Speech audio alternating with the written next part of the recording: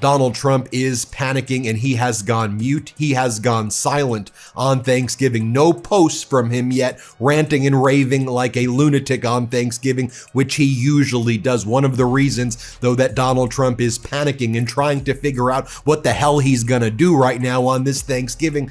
In fact, it passed overwhelmingly 427 to 1. Wow, wait, hold on. Wait, to 1? Who is the one vote to keep them secret? Do we have a picture of the guy who voted against it? Wonder who that was. Who was that? I don't know. Our president is very busy prosecuting his enemies.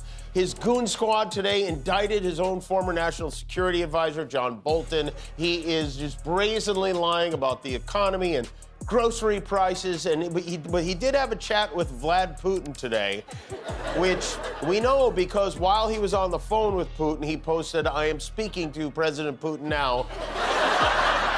The conversation is ongoing, a lengthy one, and I will report the contents, as will President Putin at its conclusion. Thank you for your attention to this matter.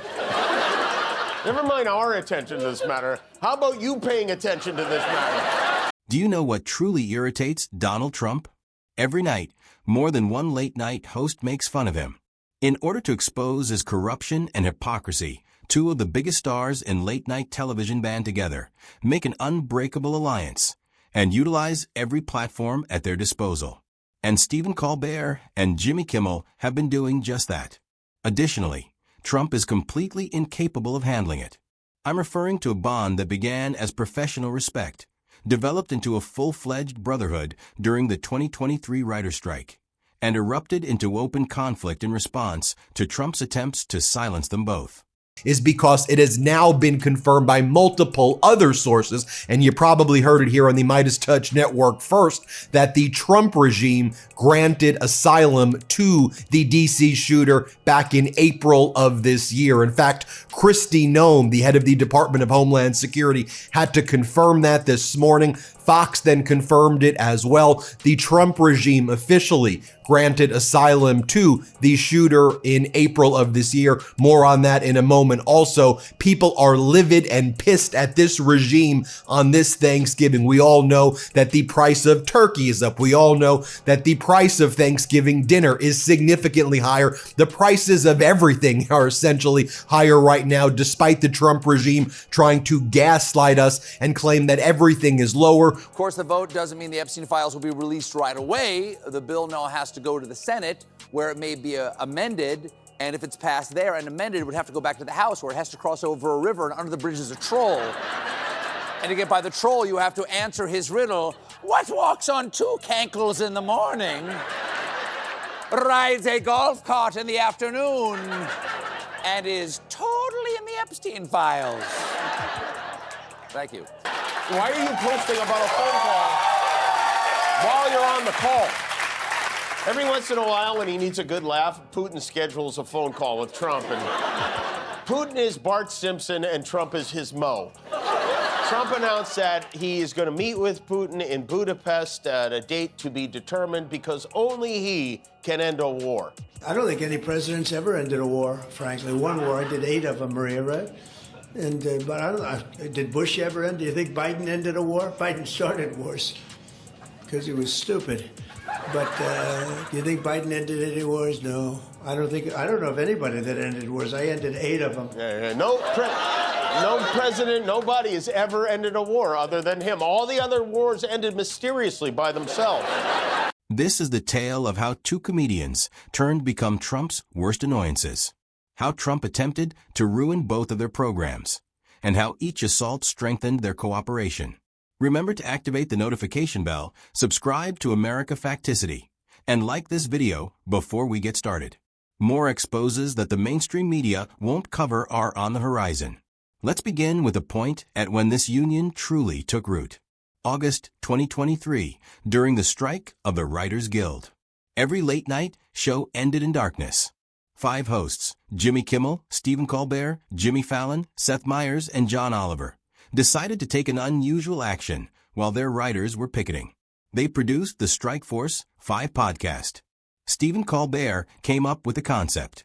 We all know that to be false. And as we sit around the table and we share our Thanksgiving stories about this past year, none of them are favorable to this despicable regime and what they've done to this country. Let me just pull up, though, the latest reporting from Fox on this DC shooter. And this information is now also coming from the regime as they're spiraling and not sure how the hell they're going to respond to this. So the alleged shooter, Ramanullah Lakanwal, worked for the CIA in Afghanistan out of Kandahar's base, according to CIA Director John Ratcliffe. Multiple sources tell Jennifer Griffin, she's actually a really good reporter on Fox. She covers national security. She's one of the few good reporters there.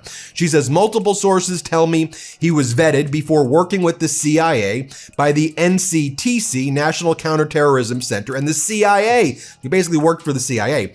I'm told that Lakwinal was with the task force in Kandahar during the Afghan withdrawal. The CIA airlifted, with the help of the U.S. military, many Afghan allies who had worked with the U.S. government and took special care of those who were badged and worked with the agency.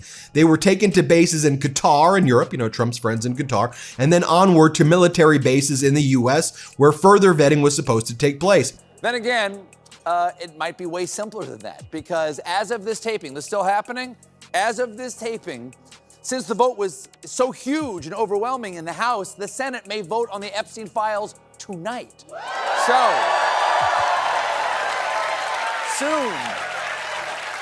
soon, I mean, tomorrow we might know everything he and his pervert buddies did, meaning it's Epstein rockin' Eve. Stay up for a ball drop you're gonna wanna miss. But he ended 8 of them. And that, kids, is why it's so important to never learn anything. It damages your self-esteem. Tomorrow, Trump gets a visit from Zelensky at the White House. They're going to see if they can figure out this thing with Bad Bunny. And then after that, we'll work on Ukraine. And most importantly, he still has his eye on the ballroom. Trump really wants a ballroom in the White House. Said the reason we don't have one already is because we've never had a real estate person as president, but now we have Blob Vila running the show, and we're gonna have one. Last night, Trump hosted a fundraising dinner for his big, beautiful $200 million wedding venue.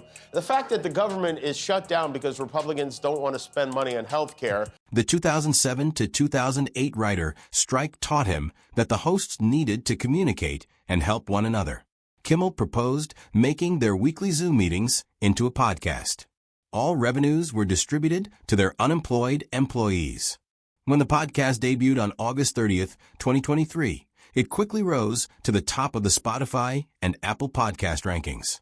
These 5 competing hosts demonstrated over 12 episodes that they were not at all rivals. They were military brothers. Colbert subsequently stated that the partnership was extremely important to him.